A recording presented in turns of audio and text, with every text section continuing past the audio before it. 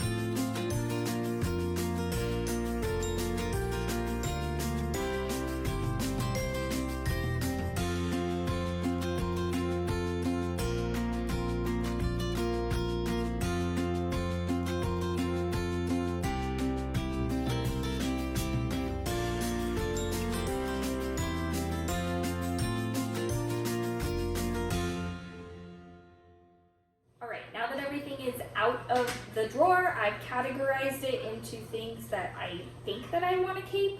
So there were some obvious items that needed to just be thrown away. They were old, they were rusty, they were broken, gross. They had to go. So we've got it categorized into utensils, tools, things for drinks, barbecue utensils. I have no idea why those are even in our house, and different accessories for my KitchenAid mixer, my Vitamix. All of these things have just over time accumulated in this drawer and they need to go back to being placed with their respected appliance. I also found all of my missing measuring spoons. Now that we've got it all out and got it organized, we're gonna put it back in the drawer.